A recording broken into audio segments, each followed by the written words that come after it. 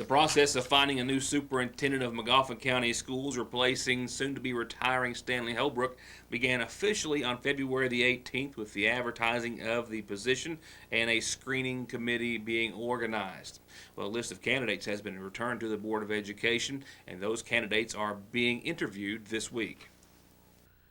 The whole process did begin February the 18th. Applications were taken up until March the 21st. On the 28th, there was the first joint meeting of the Board of Education and the Screening Committee, and that was actually followed by the first Screening Committee meeting thereafter. They were given their charge and applicant files, and the paper screening process began. On April the 11th, the Screening Committee met for the second time. Applications were chosen for the background and reference checks, and those checks began. On April the 18th, the third Screening Committee meeting took place. The recommendations were finalized for the board, and applicant files and all notes were turned over to the Magoffin County Board of Education. On the 25th of April, there was a joint meeting between the Magoffin County Board of Education and the Screening Committee to receive the committee's recommendations of candidates to fill the position. A board planning meeting followed that joint meeting. The majority of those meetings have been held in private, or if you will, not in a public setting, to protect the information of the applicants. Tonight, the Magoffin County Board of Education begins their first series of interviews with the final list of candidates that were submitted to them. Originally, there was to be a list of maybe 3 to 5 candidates that would come out of an initial listing of 16 applicants turned over to the Magoffin County Board of Education. They are to begin doing interviews tonight, and they will finish those interviews up, if they do so on schedule, by tomorrow night. The revised date for the new superintendent of schools to be announced has been set for the 27th day of this month at 4 o'clock. Now, I have made some inquiries as of right now. No public information has been released in regards to the actual number of final candidates submitted to the Magoffin County Board of Education, or their names, or any other details. I am told that we might be able to learn more about any public information in that regards after tonight's meeting, and if so, I'll share that with you tomorrow. The board also has the right, or prerogative, if you will, to interview any candidates or applicants that were not listed among that list of potential candidates, as was deemed so by the Superintendent Screening Committee. Once again, no other information or details about who they are interviewing or choosing from, if you will, but more soon. Tonight's Magoffin Farm Bureau community calendar starts off with a birthday wish. Shelly called in. Shelly, you got to call it in before 10 after 6 to get it in on the program. So now I think it's a bit belated for Lachelle, his daughter, who nevertheless, he wants to wish, as well as members of her family, the very happiest of 23rd birthdays. Remember, you can get birthdays and anniversaries on our calendar by calling us or getting the information to us any way you like, and I'll post that for you in just a second. But tonight is a birthday wish to Lachelle Swagger with a whole lot of love from Mom and Dad and John Tucker. A happy 23rd to you. Happy birthday, Lachelle.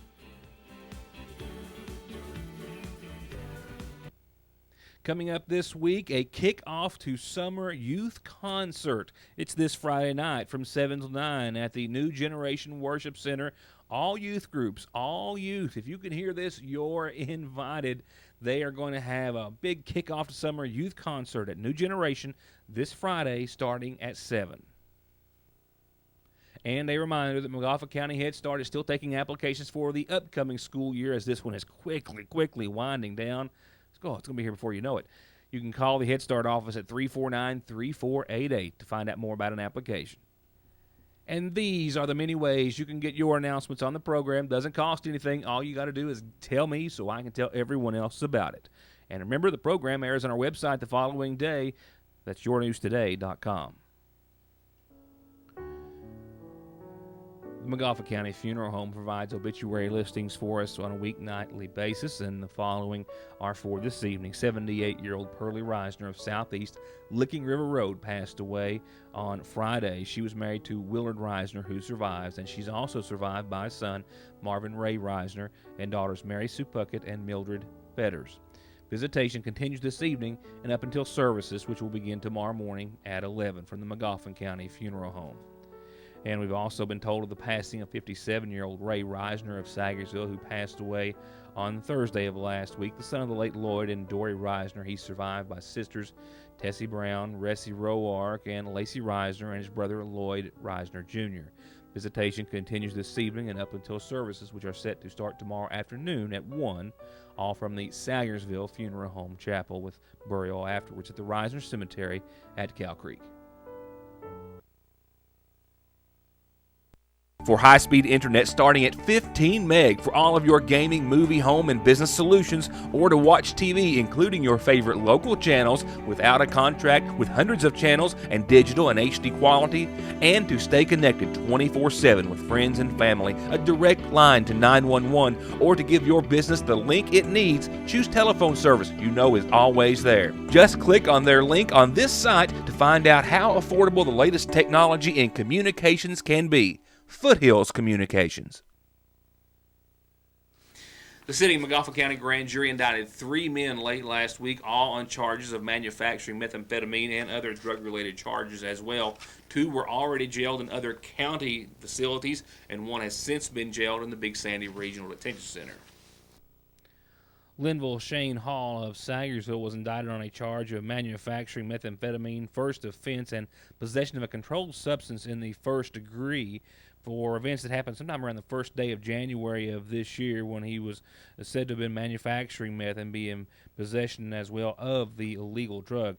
Grand jury witness Deputy Neil Adams of the McGoffin County Sheriff's Department also tells me that he was served with his indictment warrant while already being incarcerated in the Bell County Forestry Camp Detention Center, where Adams was under the impression that he was being held on methamphetamine manufacture charges that he had levied against him after an investigation by the City of Sagersville Police Department. So that indeed would make this his second offense. However, the indictment does read first offense for manufacturing methamphetamine.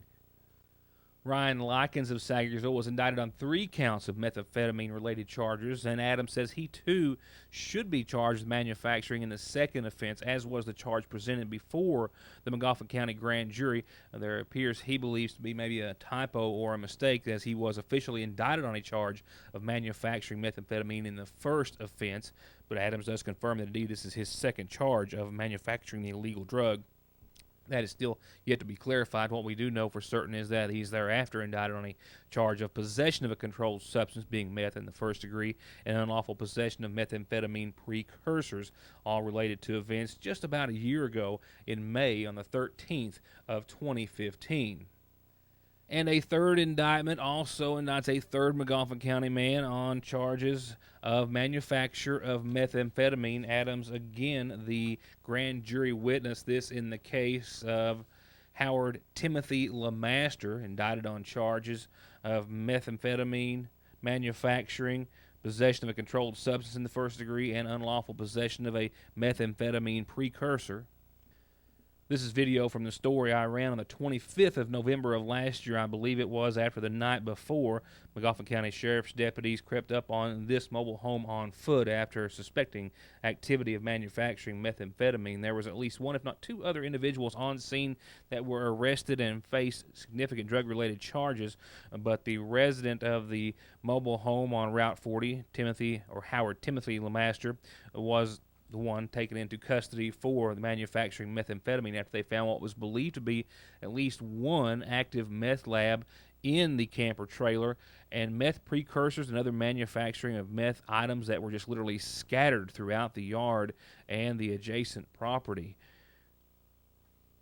He was apprehended on Friday, I believe it was, or Thursday night, after being found crossing the road on Route 40 in the same area that the camper trailer sits. He was lodged in the Big Sandy Regional Detention Center on the aforementioned indictment charges.